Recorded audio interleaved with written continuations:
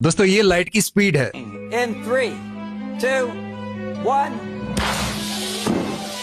अब आप इमेजिन करो कि लाइट की स्पीड से आप इस दुनिया से उड़ जाते हो तो आपको तकरीबन 8 मिनट और 30 सेकंड लगेंगे।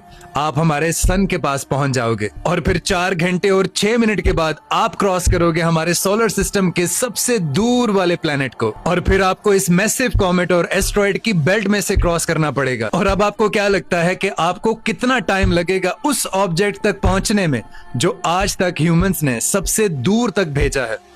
23 घंटे और 19 मिनट आपको लगेंगे आपको वॉयेजर 1 तक पहुंचने के लिए। और इसके बाद तो आप सीधा 29 दिन के बाद एक आईसी ट्रेल पर पहुंचोगे जिसे द ओरुट क्लाउड भी कहते हैं। और इस क्लाउड को पार करने के लिए अगर आप स्पीड ऑफ लाइट से भी ट्रेवल करते रहो ना तो आपको तकरीबन 1.5 साल का अरसा लगेगा इस क्लाउड को क्रॉस करने में। और फिर 4 साल बाद जैसे ही आप हमारे नियरेस्ट स्टार को क्रॉस करेंगे तो आप एक बहुत ही अजीब चीज देखोगे। आप देखेंगे कि आपको कुछ नजर ही नहीं आ रहा, यानी कि आसपास बिल्कुल अंधेरा होगा, कुछ भी नजर नहीं आ रहा होगा आपको। और फिर आपको लगेगा कि जो हमारा सोलर सिस्टम है वो एक लोकल बबल में है। और फिर तकरीबन 100 साल के बाद आप क्रॉस करोगे the edge of a radio bubble, जिसका मतलब होता है वो डिस्टेंस जो हमारे रेडियो वेव्स आज तक पहुंच पाए हैं पूरे यूनिवर्स में। अब कंपेयर टू हमारी पूरी गैलेक्सी वो डिस्टेंस ये छोटा सा टाइनी सा ब्लू डॉट है।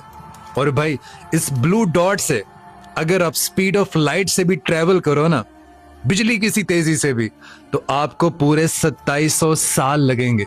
2700 साल हमारे मिल्की वे गैलेक्सी के सेंटर में पहुंचने तक। और फिर 50,000 साल और लगेंगे आपको इस सेंटर से मिल्की वे गैलेक्सी के दूसरे एज पर पहुंचने तक। और इसके बाद भी अगर आप जाते रहते हो तो पूरे 46.5 बिलियन ईयर्स आपको लगेंगे हमारे ऑब्जर्वेबल यूनिवर्स के एज पर पहुंचने के लिए। और भाई इसके आगे भी अगर कुछ है तो उसकी लाइट हमारे अर्थ तक अभी तक नहीं पहुंची।